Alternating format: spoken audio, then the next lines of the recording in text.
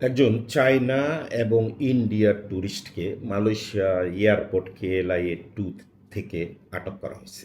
কারণ কি? কারণ হচ্ছে তারা যে মালয়েশিয়াতে অফিসিয়ালি এন্ট্রি করছে সেই রেকর্ড নাই।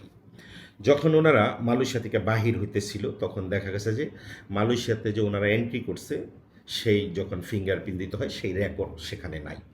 এখন ওনারা যে মালয়েশিয়ায় ঢুকছে সেটা ওনারা বর্ডার দিয়ে ঢুকছে। এখন বর্ডার বলতে দেখা যায় হয়তো ওনারা সিঙ্গাপুর দিয়ে ঢুকছে কিংবা থাইল্যান্ড দিয়ে ঢুকছে, এটা সংবাদ মাধ্যমে উল্লেখ করে নাই। কিন্তু কথা হচ্ছে যখন ওনারা ঢুকছে ওনাদের পাসপোর্টে সিল আছে, কিন্তু ইমিগ্রেশনে তাদের কোনো রেকর্ড নাই। এখন এটা কার ভুল কিংবা ওনারা টাকা দিয়ে ঢুকছে না ঘুষ দিয়ে ঢুকছে সেটা এখানে উল্লেখ করে নাই। বলা হচ্ছে যে ওনারা যে মালয়েশিয়াতে ঢুকছে অফিসিয়ালি এই রেকর্ডটা নাই, যার কারণে এই দুইজনকে আটক করা হয়েছে।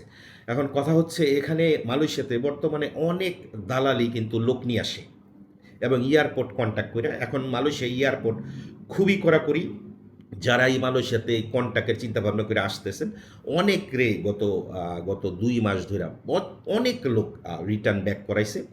সো যারা অলরেডি এইভাবে আসছেন যে আপনার এন্ট্রি নাই, মালয়েশিয়া ইমিগ্রেশন কন্ট্যাক্ট করে ঢুকছেন, এন্ট্রি নাই, তারা যদি কখনো ধরা পড়েন মালয়েশিয়াতে, আপনার 10,000 টাকা জরিমানা হইব। নর্মালি 10,000 রিঙ্গিত জরিমানা হইব, না হলে 3 মাস থেকে 12 মাসের সাজা হতে পারে। আর যদি এই মুহূর্তে আপনি মালয়েশিয়াতে যে সাধারণ ক্ষমা দিয়ে রাখছেন, যদি এই সাধারণ ক্ষমায় আপনি 500 টাকা জরিমানা দিয়ে দেশে চলে যেতে চান, সেই ক্ষেত্রে আপনি যেতে পারবেন, আপনার কোনো জেল হবে না কিংবা আপনাকে আটকও করবে না।